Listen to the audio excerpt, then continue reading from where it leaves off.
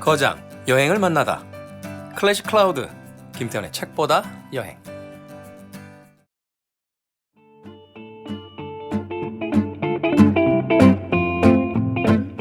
봄이 가고 여름이 가고 가을, 코스모스가 호롤이 떨어지는 날. 우주의 마지막은 아닙니다. 우리는 서리빨에 끼인 낙엽을 밟으면서 멀리 봄이 올 것을 믿습니다. 노변에서 많은 일이 이뤄질 겁니다.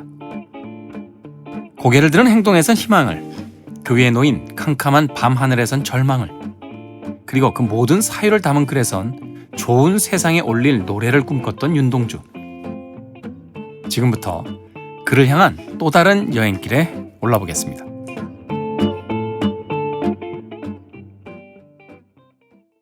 오늘도 김은교 교수님 나오셨습니다. 안녕하세요. 안녕하세요. 네. 오늘도 윤동주 산문을 통해서 이제 네. 윤동주 시인이 아닌 작가 윤동주를 이제 만나볼 텐데요. 네. 바로 오늘 소개해 주신다라고 한 산문이 이 책의 제목 나무가 있다라는 문장이 담겨 있는 네. 별똥 떨어진 네네. 데입니다. 이 산문에 대한 개괄적인 간략한 소개를 조금 먼저 해주시죠. 별똥 떨어진 데. 네. 이게 제목이 이제 별똥 떨어진 데잖아요. 제목이. 네. 근데 이거 제가 이제 단행본으로 내야 될 책인데요. 정지용과 윤동주.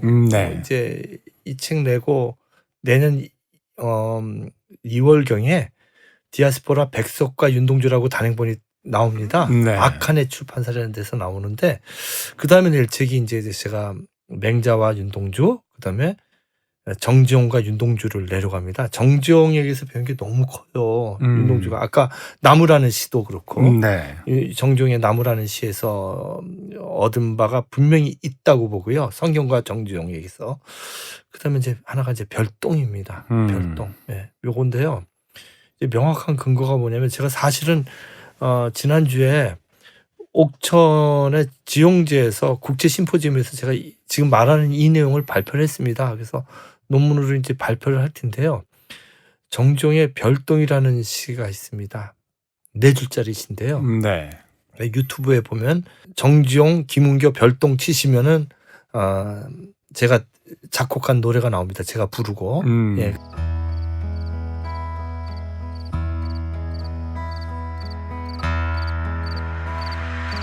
별똥 떨어진 곳 마음에 두었다. 다음날 가보려 벼르다 벼르다 벼르다.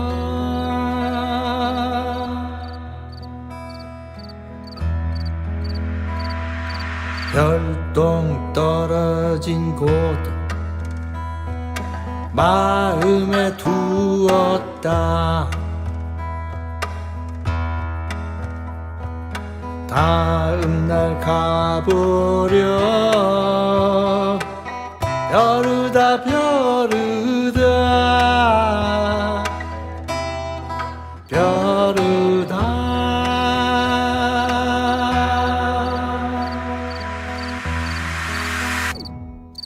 이젠 다 자랐어.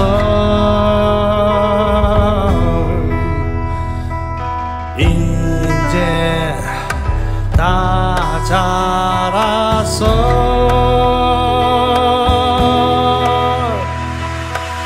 이젠 다 자랐어.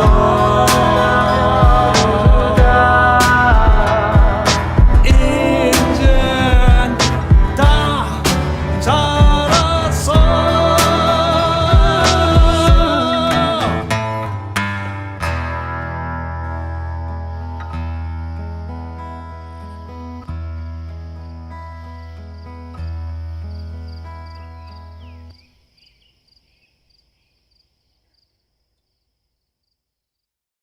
정종의 별똥이라는 시는요. 1행이 별똥 떨어진 곳, 2행이 마음에 두었다, 삼행이 다음날 가보려, 사행이 벼르다 벼르다, 오행은 이젠 다 자랐어. 별똥 떨어진 것을 마음에 두고 내가 다음날 가야지. 그리고 벼르다 벼르다 보니까 마지막 행에서 갑자기 어른이 이젠 다 돼버렸다. 자랐어. 그 화자를 이렇게 둘러나는 건데 이게 네. 어린이 화자에서 갑자기 어른 화자로 바뀌어버린 동시예요. 아주 특이한 시죠. 근데 진짜로 그 굉장히 독특하네요. 독특한 시예요. 그러니까 정지용이 우리나라 초기에 동시라는 시를 나온 게 방정환 이후에 정지용 주변에 있는 사람들이 다 동시를 쓴 거예요. 네. 그다음에 정지용이 데뷔시킨 박목월도 원래 송아지 있잖아요. 네. 박목월이 쓴 거 아닙니까? 그렇죠. 고등학교 때 우리로 말하면 고등학교 1학년이나 2학년 정도 때 쓴 건데 박목월도 윤석중도 그렇고 박목월도 그렇고 정지용 주변에 있는 사람들이 다 동시집을 냈어요. 그 정지용도 최초죠. 그 정지용 시집에 특이하게 시집 한가운데 동시가 들어간 거죠. 근데 거기에 별똥이 있습니다. 윤동주가 그걸 읽은 거죠. 읽었는데 그 별똥이란 시의 일행을 별똥 떨어진 곳 그것을 갖다 별똥 떨어진 대로 바꿔서 시를 썼어요. 산문을 썼어요. 말하자면 다른 작가의 작품을 읽고 네네.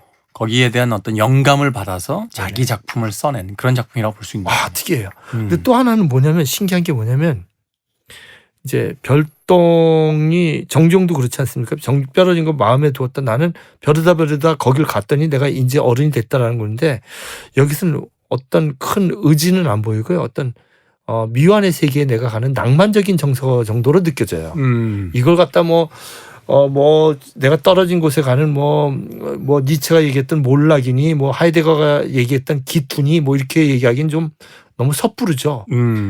근데 윤동주는 그걸 발전시켜서 별똥 떨어진 곳에 나의 온 힘을 내 삶을 건다라는 기투의 의미로 산문을 쓴 거예요.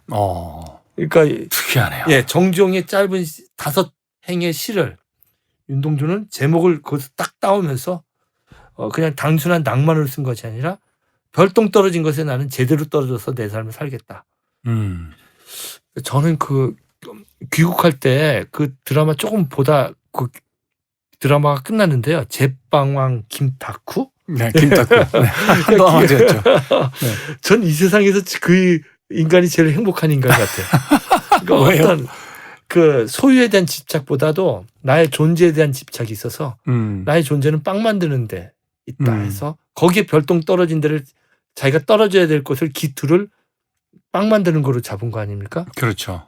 윤동주는 바로 이 시에서 마지막 그냥 글의 마지막만 읽으면은 이렇게 썼어요. 마지막 문장입니다. 마치 이 마지막 문장을 들으시면요, 제가 낭독하면은 여러분들은 그렇게 느끼실 거예요. 정지용의 물음에 대해서 화답하는 것처럼 느끼실 거예요. 어떻게 썼냐면요. 별똥 떨어진 데 마지막 문단입니다. 어디로 가야 하느냐? 동이 어디냐? 서가 어디냐? 남이 어디냐? 북이 어디냐? 저 별이 번쩍 흐른다. 별똥 떨어진 데가 내가 갈 곳인가 보다. 하면 별똥아 꼭 떨어져야 할 곳에 떨어져야 한다. 이렇게 썼거든요. 마치 좀 선생님 그렇게 느껴지지 않아요? 그러네요. 우리 짧은 동시 있으면 해설 쓰는 것처럼. 그러니까 정지용의 5줄짜리 시를 읽고 자기 나름대로 해설을 쓴 것 같아요. 윤동주는.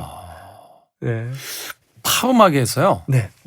이런 곡이 있습니다. 돈 맥클린이 노래한 그 빈센트라는 곡이 있죠. 예. 스타리 네. 네네. 그 곡이 너무 아름다워서 네.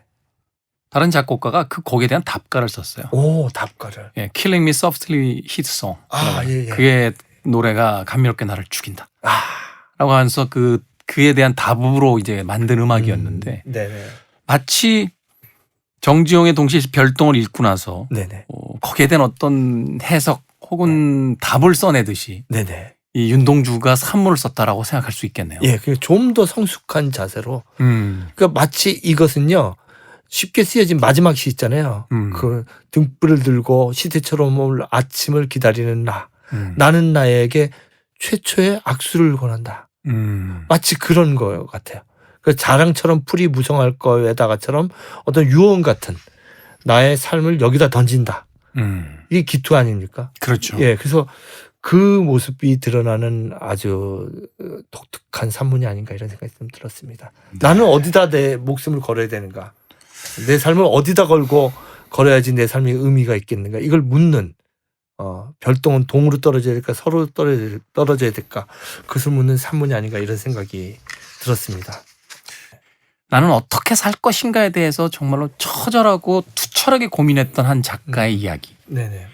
그게 바로 이 산문과 그의 시들에 담겨져 있는 게 아닌가 하는 생각이 들어서 지금의 우리에게 던져주는 이야기가 있지 않을까 하는 생각이 분명히 드네요. 저 개인적으로도. 네. 저는 그 몇십 년간 윤동주를 보면서 세상을 품는 아이가 죽지 않고 지금도 작용하라고 우리한테 역동성을 강요하지 않는가 시에서 보이지 않는 명령을 느끼는 거예요 시에. 근데 그 저는 사이의 시인이 아닌가 이런 느낌이 들었어요. 사이에 나무처럼 홀로 단독자로 있지만 그 나무와 나무 사이에 그 바람이 불게 하고 그 숲을 만들어내는 그런 시의 역동성을 죽고 난 다음에도 이 시가 계속 영혼 회귀처럼 네. 작동하지 않나 이런 걸 체험하거든요. 그러니까 저는 이제 제가 윤동주를 연구하게 된 계기는 사실 한국이 아니었어요. 일본에서 제가 이제 한국고 겐다이시노 미와크라고 이제 한국 현대시의 매혹이라고 책을 냈는데 일본 사람들은 저자를 초청을 해요. 그래서 네. 저보고 한국 현대시의 매혹을 강연해달라고 그러는데 윤동주를 강연해달라는 거예요. 저는 윤동주를 안 해가지고 네. 겨우 한국적 수준으로 이렇게 조사를 해서 이렇게 얘기만 하면 울고 미안하다고 그러고 그래요. 그래서 왜 그러냐고 물어보면 그 사람들의 느낌을 듣고 제가 오히려 배웠어요. 하나씩. 뭐 어떤 거는 어떻게 우리가 일본 사람이 죽였는데 일본에 대한 미움이 왜 없냐고 죽어가는 것에 대한 사랑만 있냐고 이게 이상하다고. 그럼 또 그것도 공부 좀 하고 그렇게 하다가 귀국을 했어요. 그러면서 이제 중국에 가서도 또 그런 경험들을 하고 그러다 보니까 이게 이 나무처럼 숲을 만드는 힘을 보는 거예요. 그러니까 이 동북아시아에서 그 시비가 있는 시인이 윤동주밖에 없죠. 중국에도 시비가 여러 군데 있어요. 네. 그다음에 일본에는 리쿄대에도 있고 교토 대학에도 있고요. 후쿠오카에도 네. 되고요. 다른 대학에도 있어요. 다른 음. 대학에도 있어요. 구마모토 대학인가 우리 선생님이 또 세우신 게 있고 중국에도 있고 한국에도 굉장히 많고 그다음에 교과서에 실려 있는 사국에 네. 그 연변에 가면은 또 조선족들이 있는 곳에 교과서는 윤동주 씨가 실려 있고 중국에 가면은 중국 조선족 시인으로 알고 있는 경우가 있어서 중국말로도 번역이 돼 있어요. 돼 있으니까. 예, 길림대학교 출판부에서 나와 있거든요. 그리고 북한에서도 93년부터 윤동주를 연구해서 나오기 시작을 했고 교과서급 시인으로 대우받고 있고 우리나라는 뭐 이루 말할 수가 없고요. 그다음 일본에서도 치쿠마 쇼보에서 지금 올해도 실려 있죠 교과서에. 그 이야기를 조금만 예. 좀 친절하게 설명을 좀 해주세요. 저도 네. 사실 이제 교토에 갔을 때 그 네. 교토의 은각사였던 거로 기억이 되는데 네. 그 길 밑에 윤동주 길이 있는 거예요. 네네. 그 사실은 조금 적잖이 놀랐어요. 네네. 놀랐고 그리고 이후에 이제 들었던 이야기들이 이 일본인들이 윤동주 시비를 세우기도 하고 네네. 윤동주의 시에 대해서 굉장히 많이 연구들을 하고 있다는 이야기를 듣고 나서 네. 이게 이게 뭘까? 무엇이 말하자면 한국의 한 젊은 시인 네. 심지어는 자신들의 어떤 압제 속에서 광복을 보지 못한 채 죽어간 그 비극적인 인물 그의 시들을 이렇게 열심히도 공부를 하고 글을 기리려고 말하자면 윤동주라는 인물 자체가 자신들이 과거에 저질렀던 악행을 계속해서 떠오르게 만드는 인물일 텐데 네네. 글을 이렇게 기리고 있을까 이런 생각이 들었었거든요. 네네. 야나기 하라라고 리쿄대학교의 그 출신이 윤동주 연구를 많이 하신 분이 있는데 네. 윤동주를 일본에 대중화시키신 분은 이바라기 노리코라는 시인입니다. 네. 이바라기 노리코 우리로 말하면은 거의 박완서급의 시인이셨어요. 네. 장르는 시이지만 네. 이분이 이제 그 내가 가장 예뻤을 때라는 시를 쓰셨죠.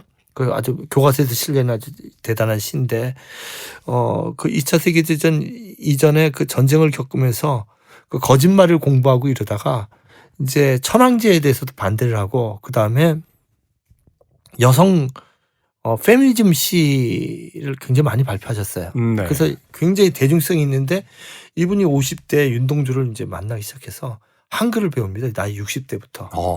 그래서 정말 그 윤동주를 정말 사랑하면서 한국말의 숲에 빠졌는데 저쪽에서 한 사람이 손짓하면서 왜 이렇게 늦게 들어왔니? 그러보니까 윤동주였다. 이런 시가 나와요.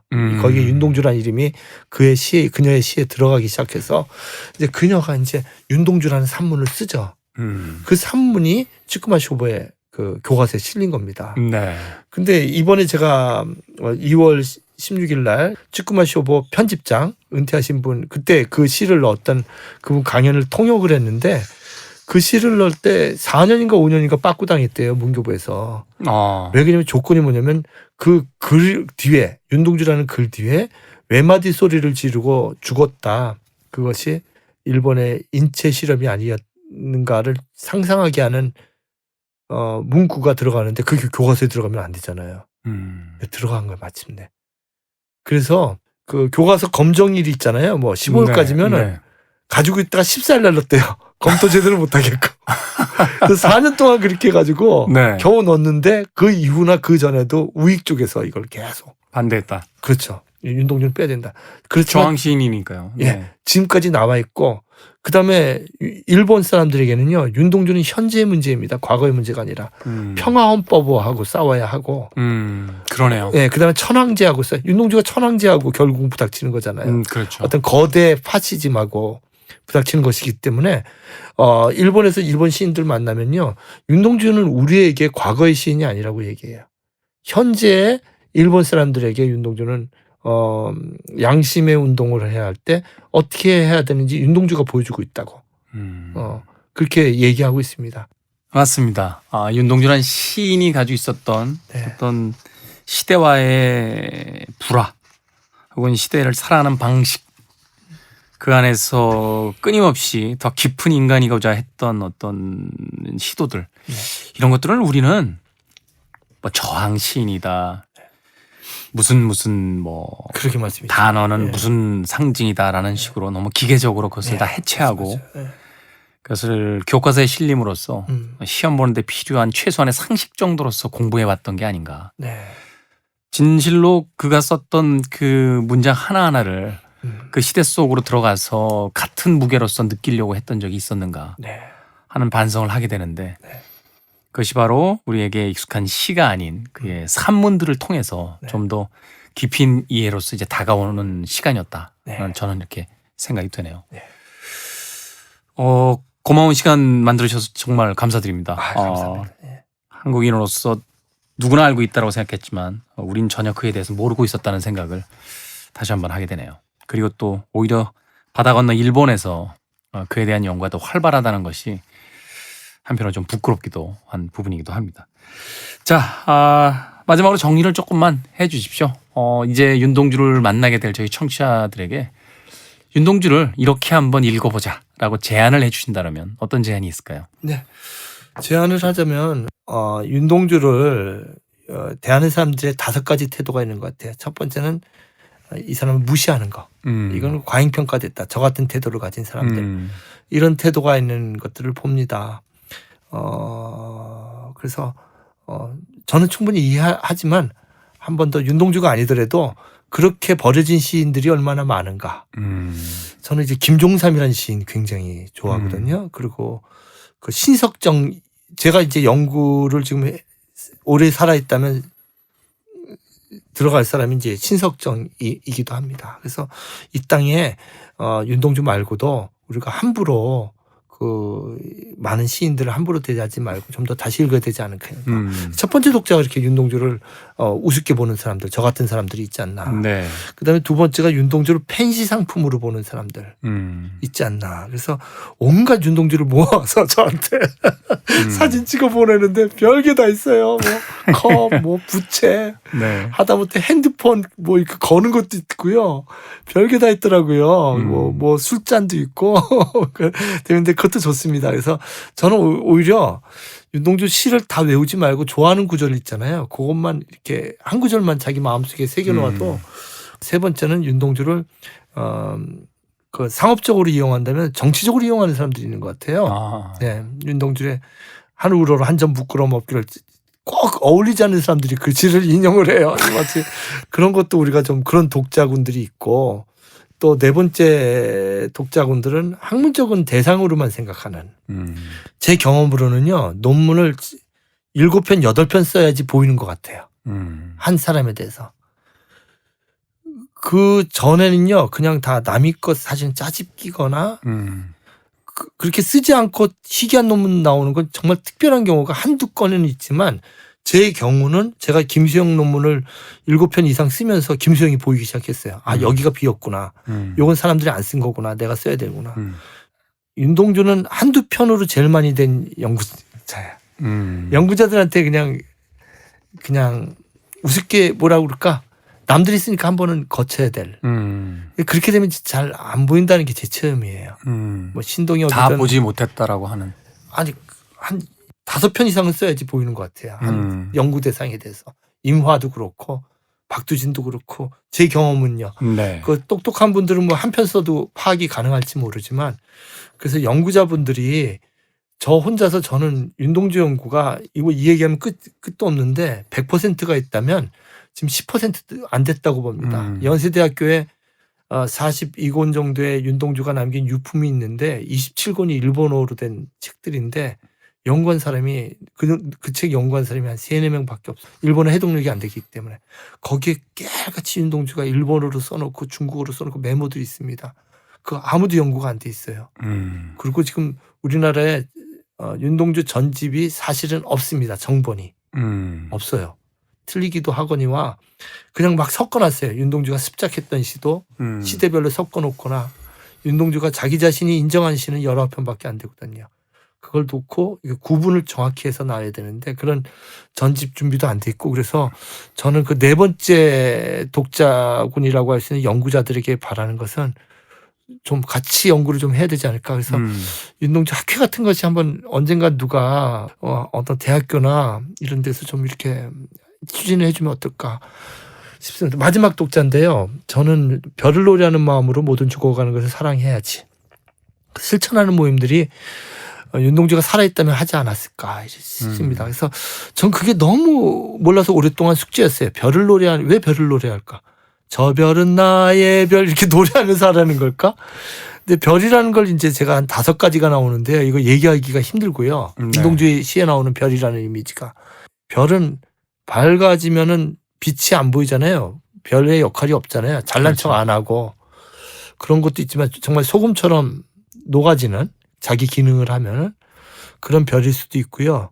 근데 다니엘서 12장 3절에 보면 뭐라고 나오냐면은 많은 사람을 옳은 길로 인도한 사람은 죽어서 별로 빛나리라 이런 구절들이 있어요. 네. 많은 사람을 옳은 길로 인도한 사람은 죽어서 별로 빛나리라. 윤동주의 이제 5가지 독자들이 이제 그냥 윤동주를 무시하는 사람, 상품으로 보는 사람, 그리고 윤동주를 정치에 이용하는 사람, 또 윤동주를 학문의 학문으로만 대상으로 보는 연구하는 사람도 있고, 또 윤동주를 하고자 했던 걸 못했던 걸 우리가 이어서 하는 거, 이것들이 다 소중한 것 같아요. 무시하는 행동도 겪어봐야지. 김종삼이 얼마나 중요한 시인도 나중에 깨닫게 되고 미안하죠. 저는 김종삼한테도 미안한 마음 갖고 있고요. 네. 특히 신석정 보고 제가 아직 놀랐는데요. 정지용 시인한테도 미안하고 그래서 이 땅에 그런 5가지 독자들이 모두 소중하지만 그 입장에서 우리가 서로 교류하면서 윤동주를 절대 우상화시키지 말고 윤동주 이외에 우리나라의 귀중한 작가들도 주목해 주시면 감사하겠습니다. 네, 고맙습니다.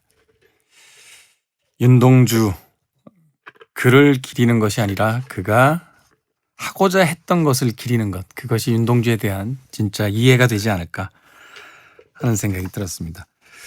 지금까지 김은교 교수님과 함께 3부의 시간 진행해봤는데요. 우리가 늘 이 시간을 통해서 알게 되는 거지만 잘 알고 있다라고 생각한 누군가에 대해서 우리는 전혀 모르고 있었다는 것을 다시 한번 알게 된 그런 귀한 시간이 아니었나 하는 생각이 듭니다. 교수님 너무 감사드리고요.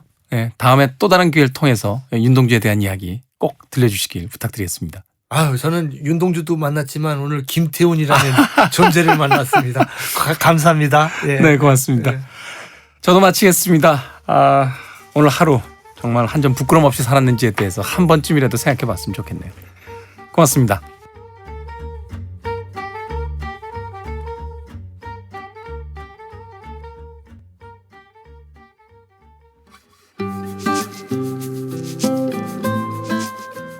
오늘 방송 어떠셨나요? 재밌게 들으셨다면 구독하기, 혼자 듣기 아까우시면 공유하기로 마음을 표현해주세요.